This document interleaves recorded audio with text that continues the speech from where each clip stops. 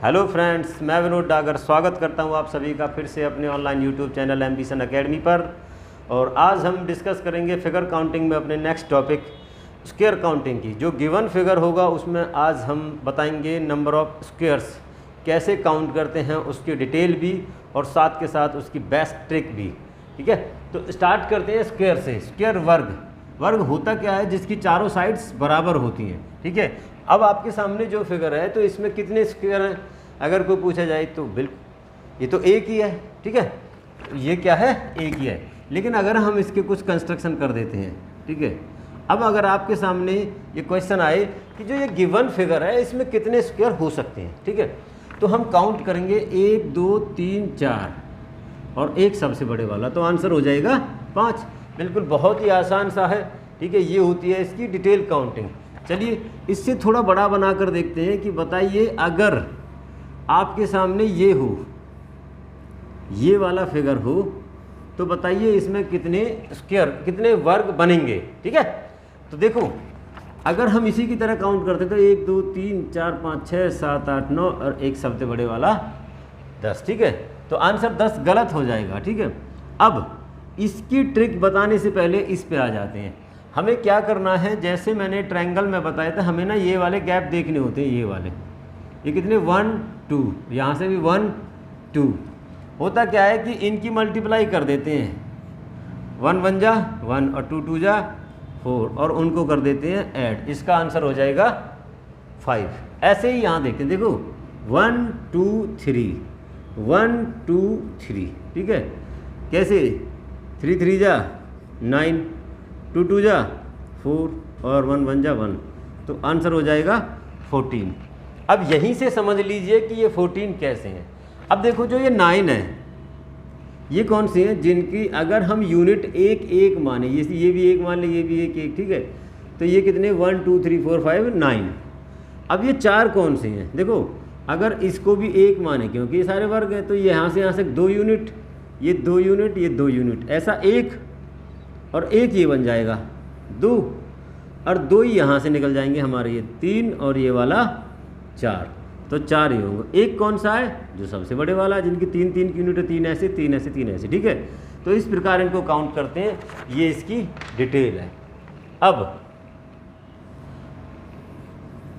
अब दिमाग में एक क्वेश्चन ट्रिक या एक क्वेश्चन हिट होना चाहिए कि ऐसे कैसे काउंट कर लेते हैं।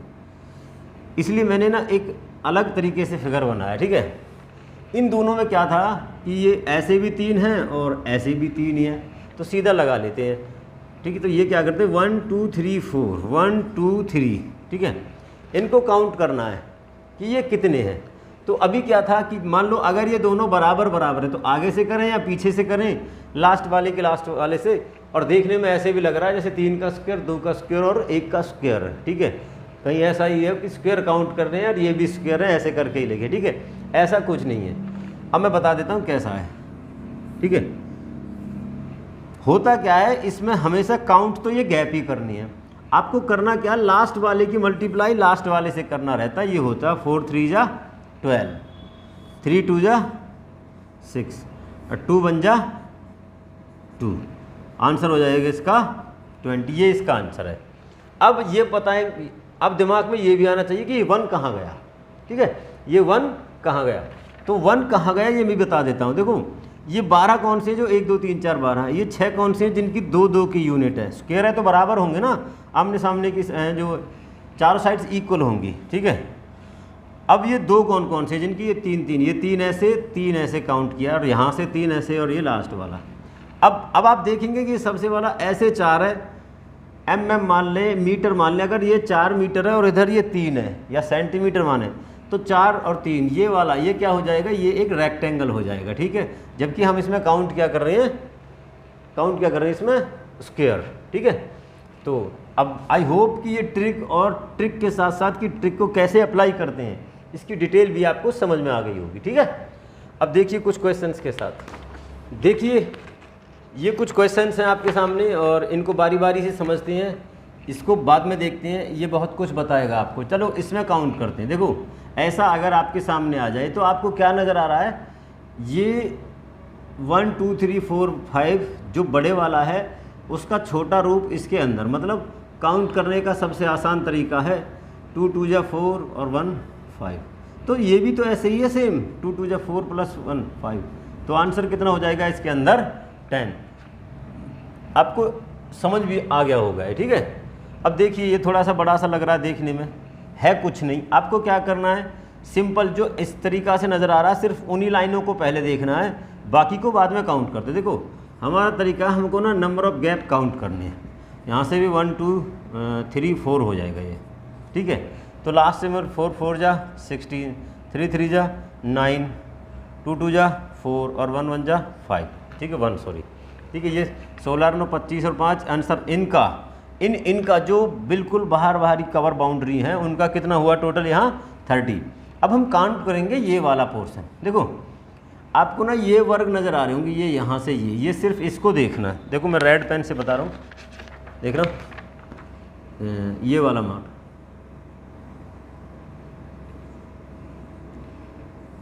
ठीक है। ये तो आपको ना अंदर ये चीज़ नज़र आ रही होंगी कि ये कौन से, इसके अंदर होते भी कितने हैं। देखो 1 2 3 4 और एक सबसे बड़ा वाला 5, तो टोटल इसका आंसर कितना हो जाएगा 35।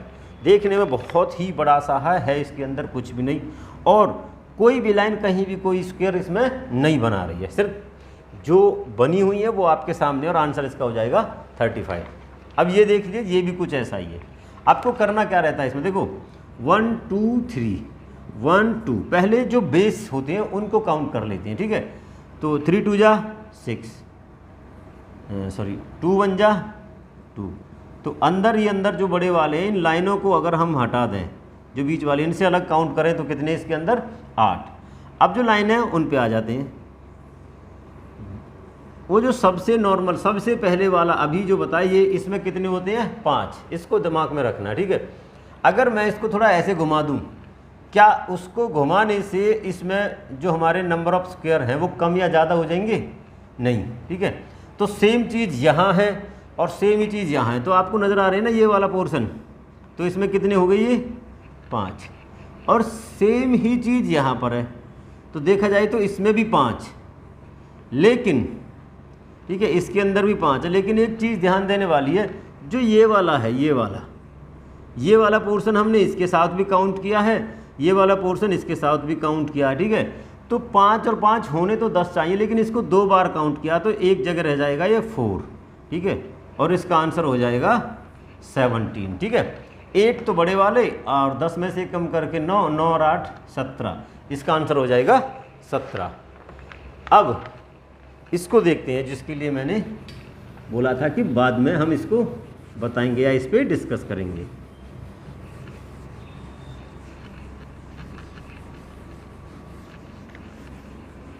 देखो जो ये वाला फिगर है, ये इसी से मैं आपको नंबर ऑफ स्क्वायर्स तो चलो बताएंगे, साथ के साथ rectangle and number of parallel lines भी इसी में ही बताएंगे। देखो अगर हम इसे काउंट करें 1 2 3 4 5, 1 2 3 और 4, अगर स्क्वायर्स की बात करें समझना इसको ढंग से, 20, 4 3 जा 12, 3 2 जा 6 और 2 1 जा 2। देखो ये कितने हो जाएंगे 20 और 20 40, इसके अंदर कितने हुए ये 40।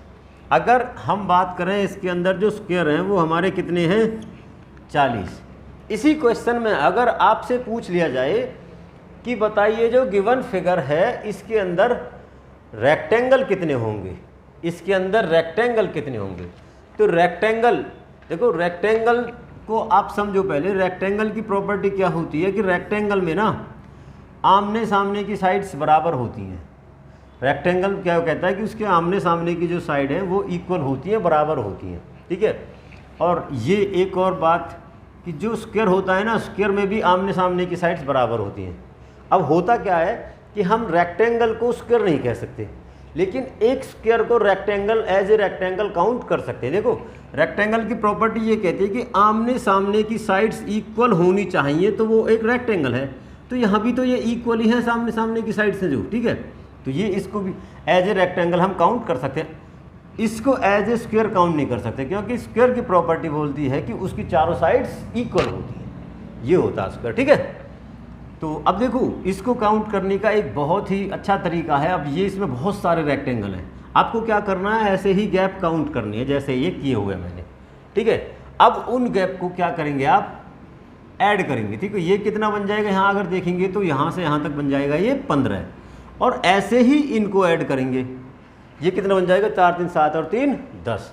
अब रेक्टेंगल के लिए क्या करते हैं, जो ये 15 और जो 10 है इनको मल्टीप्लाई करते हैं तो आंसर आ जाएगा हमारा 150। इस फिगर के अंदर, ये जो गिवन फिगर है इसके अंदर अगर आपसे कोई नंबर ऑफ रेक्टेंगल्स कितने हैं ये काउंट के लिए कहे तो आपका आंसर होना चाहिए 150। अब इसमें एक समझने वाली बात ये होती है कि अगर आपका पेपर में ऑप्शन 150 हो ही ना तो क्या होगा। ठीक है, अगर पेपर में इसका ऑप्शन 150 ही ना हो तो कंफ्यूज ना होना है, उसमें ये सोचना है कि 150 नहीं है तो कितना हो सकता है, तो उसमें आंसर हो सकता है 110। ये ऑप्शन तो होगा ही होगा। अब कारण क्या है कि कई बार जो क्वेश्चन पूछने वाला है वो आपसे ये पूछे कि टोटल नंबर ऑफ रेक्टेंगल कितने हैं, तो आपको क्या करना है, 150 दे देना है। ठीक है, अगर ये कहे उस टाइम पे वो पूछ रहा है कि जो स्क्वायर है उनको भी एज ए रेक्टेंगल काउंट करो, अगर ऑप्शन 110 है तो इसका मतलब ये है कि वो सिर्फ जो बिल्कुल ही मतलब जिनमें स्क्वायर की गुंजाइश है उनको साइड करो, जो प्योर रेक्टेंगल है ठीक है उनको बताओ। तो क्या करेंगे, नंबर ऑफ स्क्वायर्स को इसमें से माइनस करके आंसर दे देते हैं।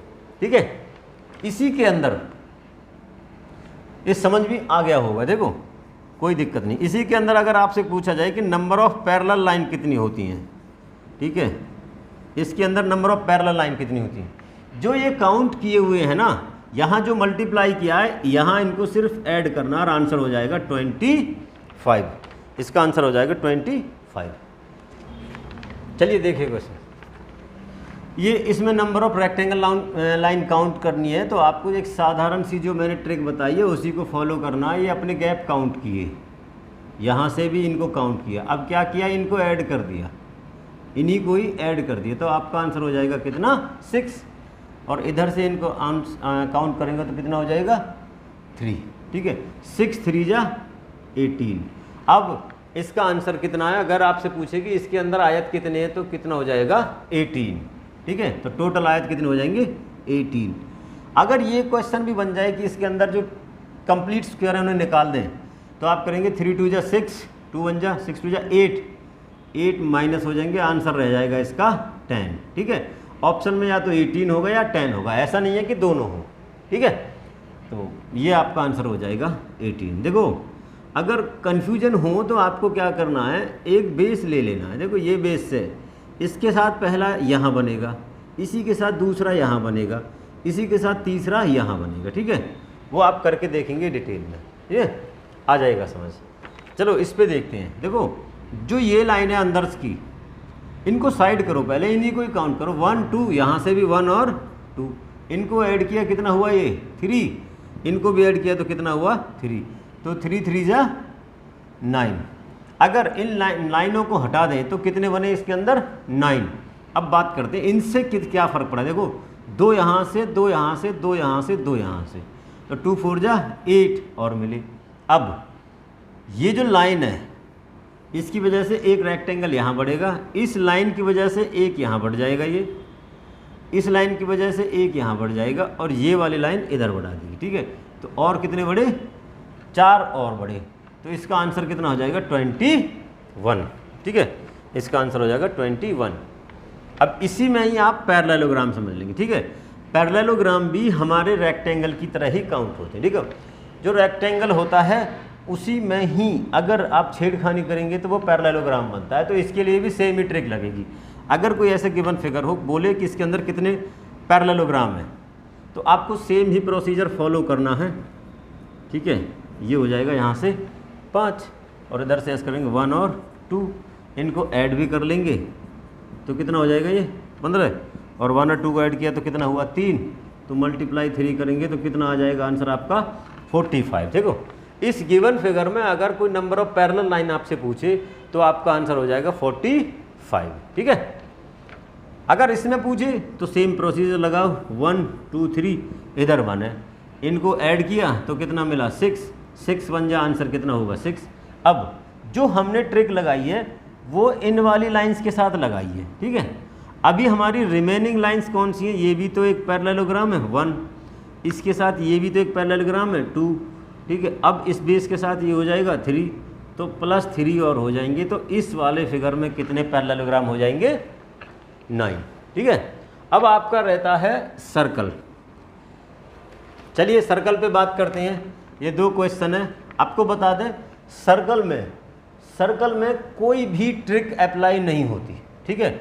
आपको क्या करना है, सीधा इनको काउंट करने रहता है। देखो अगर आपको नजर आए तो इसको 1, इसको 2, ठीक है 2, और बाकी बाहर वाले काउंट करें, ये लिखते और चले जाएंगे 4 5 6 7 8 9, तो इसका आंसर ही 9 हो जाएगा। देखो 1 2 3 4 5 6 7 8 और 9, सीधे आपको जहां भी नजर आए उस सर्कल पे 1 लिख देना। देखो इसका क्या हो जाएगा 1 2 3 1 2 3, ऐसे 3 3 6 3 3 9 3 2 चौका 12, मतलब इन चारों को मिलाकर कितना मिला आपको 12। एक ये जो बिल्कुल चारों को टच करता हुआ है +1 कर दिया, 1 2 3 4, ये वो हैं जो इन दोनों को और इनको टच कर रहे हैं, तो +4 और, तो आंसर कितना हो जाएगा इसका 17। ठीक है। तो सर्कल में कोई ट्रिक नहीं लगानी है, सीधा सीधा काउंट कर लेना। ठीक है। तो आज जो पूरे फिगर काउंटिंग में हमने डिस्कस किया, सबसे पहले ट्रायंगल्स का, square, rectangle, number of parallel line, parallelogram और सर्कल का, और आई होप कि ये सभी को समझ में आए होंगे।